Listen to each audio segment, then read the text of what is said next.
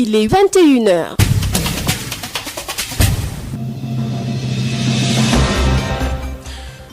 ci guddi moo jot fii ci Sud FM xabaar yi li ci gën a fës toj gi nga xamante ne war nañ koo toj marché Liberté 6 extension di marché Barak ba municipalité bu Sicap Liberté daa dooxaat liggéey bi ni ki lundi bi ñu dëgmal bu ñu sukkandikoo nag ci ki nga xamante ne moom mooy meeru bërëb ba Santi Agne nee na marché bi jamono ji dafa jëm ci daanu moo tax nag faaw ñu defar ko ni mu gën a gaawee te sax ñi nga xamante ne ñoom ñooy jaaykat ya seen bakkan dafa nekk ci xottu gerte jamono ji dinañ ko dégg ci biir xabaar yi ñii ay askan wa nga xamante ne dañoo daal di def ab def ab collectif ngir rek ñu mun di leen tabaxal leen seen tali bi nga xamante ne moom moo jóge Mexe Jogo kon ñoom ni ki tey ji dañoo bëggoon a amal ab manifestation préfet ba nag daal di ko interdire bañ ba tëdd ci suuf ñoom nag nee nañu li ñu bëgg mooy ñu daal di leen defaral seen tali boobee dinañ ci dikk ak ki nga xamante ne moom mooy Babacar Sow douane bu Sénégal defati ab mëninam dañoo daal di jàpp ab or boo xamante ne buñ ko jaayoon ci marché bi toll na ci téeméeri million ak juróom-ñaar fukk ak juróom ci suñu koppar groupement polyvalent de recherche et de répression de la fraude bokk ci douane ñoom ñoo amal lu ni mel foofee ca Karang lii buñ ci tegee yeneen xabaar daañu jeexal ak lu jëm ci wax sa xalaat kon nañu dellu siwaat ci ponk yi nga xamante ne moom lañ doon waxtaanee sànq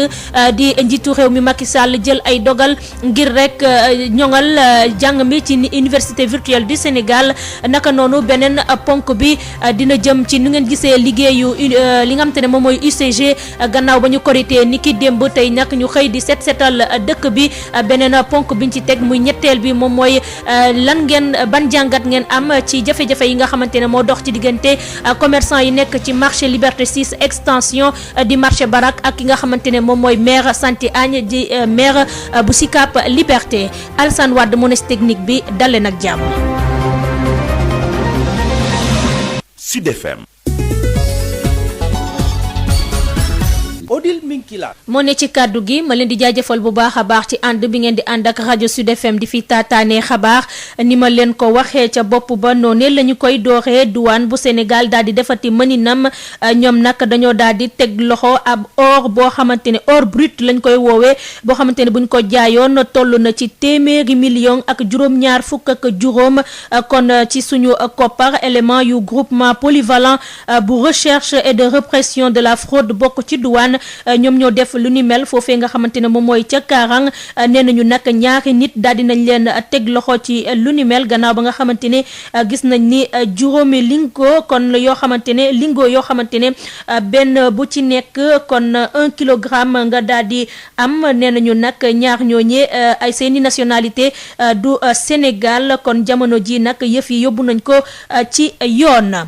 ñu wax ci toj bi nga xamante ne moom la ñu war a toj marché Barak bu Liberté 6 extension municipalité bu Sicap Liberté moom nag ni ki suba ni ki lundi bi dina dooraat liggéey bu jëm ci mbir moomule bu ñu sukkandikoo nag ci maire Santi Agne di maireu gox ba nee na li nga xamante ne moom mooy marché bi ku moyuwul dina daanu te ñi nga xamante ne ñoom ñooy jaaykat yi seen bakkan dafa nekk ci xottu gerte jamono ji moo tax nag moom mu ne faaw nag ñu toj marché bi daal di ko defaraat centre commercial lañ fa mën a def Santi Agne di maire bu commune bu Sicap Liberté ñu teewlu ko ci jokkoom ak Mame Diarra Da Silva. waaw dañ ñu ñaanoon parce que pare woon nañu ñu ñaanoon ñu te expliqué woon nañu bi ñu ñaanee pour ñu may leen ba koor gi jeex na ñu sant yàlla di ñaan yàlla na yàlla nangu suñu koor mais ñu wax ne aussi marché bi soobee yàlla lañ ca waxoon rek la ñuy def toj ko tabaxaat ko ña fa amoon dellu ci fa ñu nekk ko moo tax fas nañ ko yéene def comme ni ñu ko waxee woon xam nga ñun ñu doon waxtaanee wax dëgg yàlla waxtaan bi ñuy waxtaan mët na ñaari at fu ko ëppul ñaari at nag suñu ci jubóowul doo mën a ñu jubóo ci ñaari fan li am solo mooy ñun li ñu waroon jël comme matukaay yëpp jël nañ ko te su soobee yàlla dinañ ko te dinañ ko defaraat te képp ku fa amoon cantine dinañ la joxaat cantine bu mucc ay loolu moom bu ngeen yóbbu ngeen jàpp ko su lekk altine nag dinañ daje ñun ñi ko ŋànk pour xool yan matukaay la ñuy jël pour la ñu sababam ñu def ko.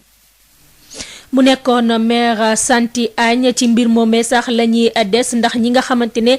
ñoom ñooy jaaykat ya nekk ca marché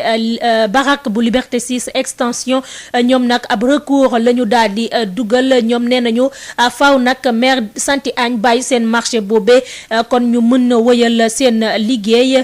kii di Ismaïla Marcel Coly teewe woon na seen conférence de presse boobu ñu teewlu ko. ginnaaw dogal bi maire Santy Agne jël pour toj cantine yu nekk ci biir marché Barak nekk ci Liberté 6 extension la ñii di commerçant yi introduire benn recours en référé liberté jaarle ko ci seen avocat ñoom ñu jàpp ne ginnaaw bu ñu dugalee recours bi le maire bi dina bàyyi justice mu def liggéeyam ki xam la lu ñu mel mooy Kito Karama di coordonnateur collectif des propriétaires ak opérateurs yu bile marché. ñu jël nañ suñu avocat bi introduire na benn requête auprès de la cour suprême mooy requête en référé liberté mais képp koo xam ne dañ sa ak sa yelleef dañ ko saax-saaxee nga mën a sukkandiku foofu maire yi jot na wàllam notification am agent judiciaire de l'état tamit jot na notification am di wane que ne mbir mi ngi ci loxoy yoon kon nag képp koo xam ne ki jóg nga daf leneet mooy da nga jalgati yoon et yoon am na ay daan yu mu war a teg sa kaw kon nag foog nañ ne maire mi nga xam ne bi moom moo fi nekkul nguur gi di war a doxal yoon du jalgati yoon ba yoon di dal ci kaw. kilifa yi la collectif ñu ngi fekk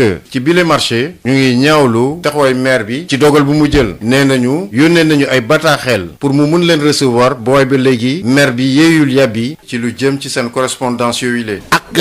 yéene bu mu mënti am ci marché bi daf ñu waroon woo ñun propriétaires yi toog ak ñun waxtaan ak ñun wax ñu ne suñu projet nii la tëddee mais dafu ko ñun suñu bopp ñun ñoo ko bind ne ko yëg nañ ne que lii nga nar ci marché bi mais bëgg nañu toog yow waxtaan ak yow xam projet bi de te ñun dañu ñaawlu doxalinu maire parce que maire bëggul benn yoon toog ñun waxtaan bind nañ ko dudul benn du ñaar tontuwuñu ñu yónnee suñu bataaxal par voie d'huissier am yaakaar ne dinañu tontuwuñu nit ki nag boo ne da nga ko bëggal lu baax te yow li ngay liggéey doo diisoog moom loolu mooy wane que ne la nga bëgg waxoo li ci de am na lu ci ñuul. yi les commerçants nekk ci marché Barak bu Liberté 6 extension ñu ñuy xamal ne daañu xar seen tànku tubéy pour xeex seen ak seen yelleef tekkaaral la ñu nemmeeku ci bile marché ci ëllëgu fetu korité bile ñenn ci ay cantine rek la ñu fekk ñu tijji seenay bunt.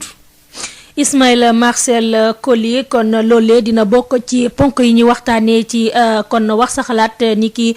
guddi gi muy coow li nga xamante ne dox na ci diggante maire Santy Agne ak commerçant yi di jaaykat yi nga xamante ne ñoo nekk ca marché Liberté 6 extension di marché Barak gannaaw ba nga xamante ne nag maire ba dafa bëgg a toj marché ba ñi nga xamante ne ñoom ñoo jaaykat yi ne du ci dal ñu wax nag ci beneen coow bi nga xamante ne am na fële nga xamante ne moom mooy ci ngir defar tali bi nga xamante ne moom mooy Mexe Diogo kon collectif bi nga xamante ne moo daal di taxaw ngir rek ñu mën leen defar seen tali boobee ñoom nag dañoo bëggoon a amal ab doxub ñaxtu ni ki tey ji waaye dañ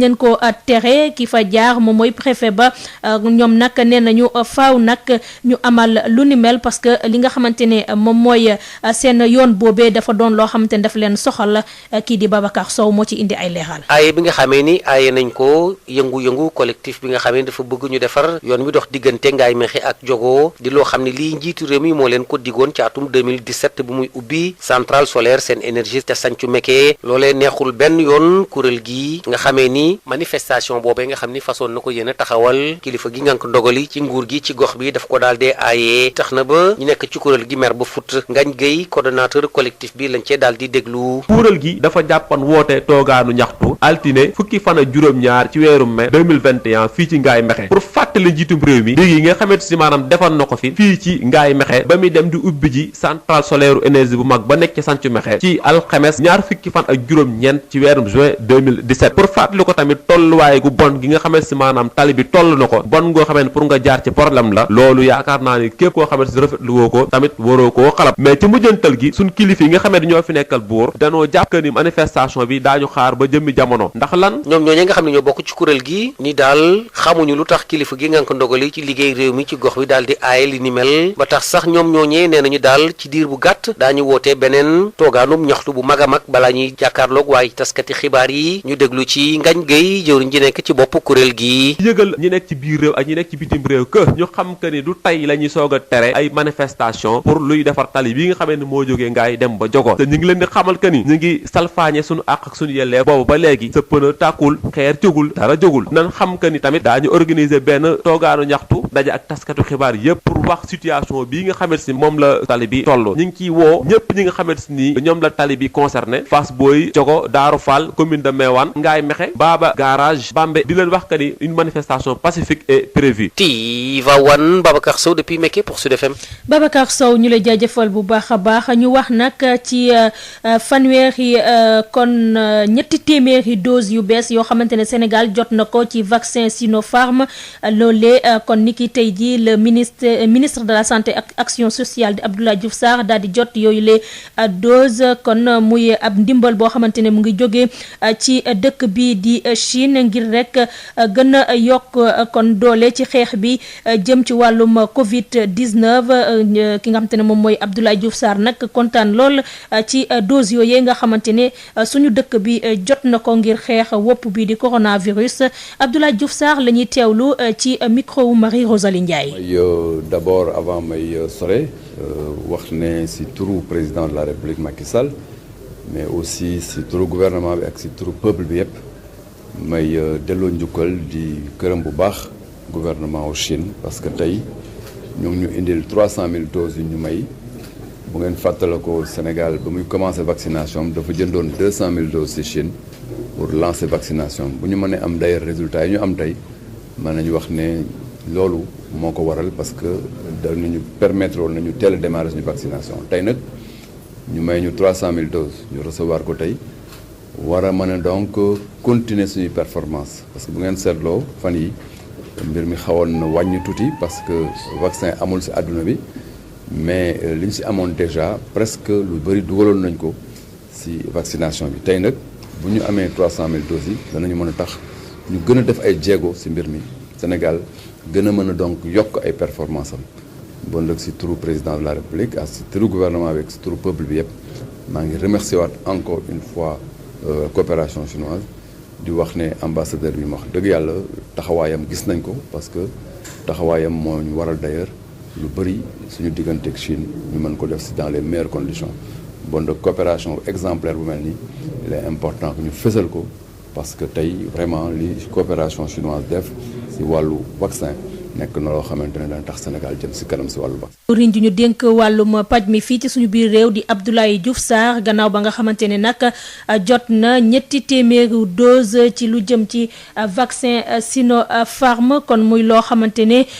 ndimbal la bu jógee ci dëkk bi di Chine wàllum tàggat yaram ak li nga xamante ne moom mooy Coupe d'Afrique des Nations kon jëm ci jigéen ñi équipe nationale u Sénégal nag daal nañ ci kon jël fanweeri joueuse ngir rek ñu daal di amal waajtaay bu njëkk bi jëm ci double confrontation bi war a am ci diggante Sénégal ak Libéria kon ñoom premier stage bi nag daañu ko door niki fukki fan ak juróom-ñaar ba ñaar fukki fan ak ñaar ci weeru mai bi ñu nekk ca centre donc ki nga xamante ne moom mooy d'excellence Youssoufa Ndiaye ca Guéréo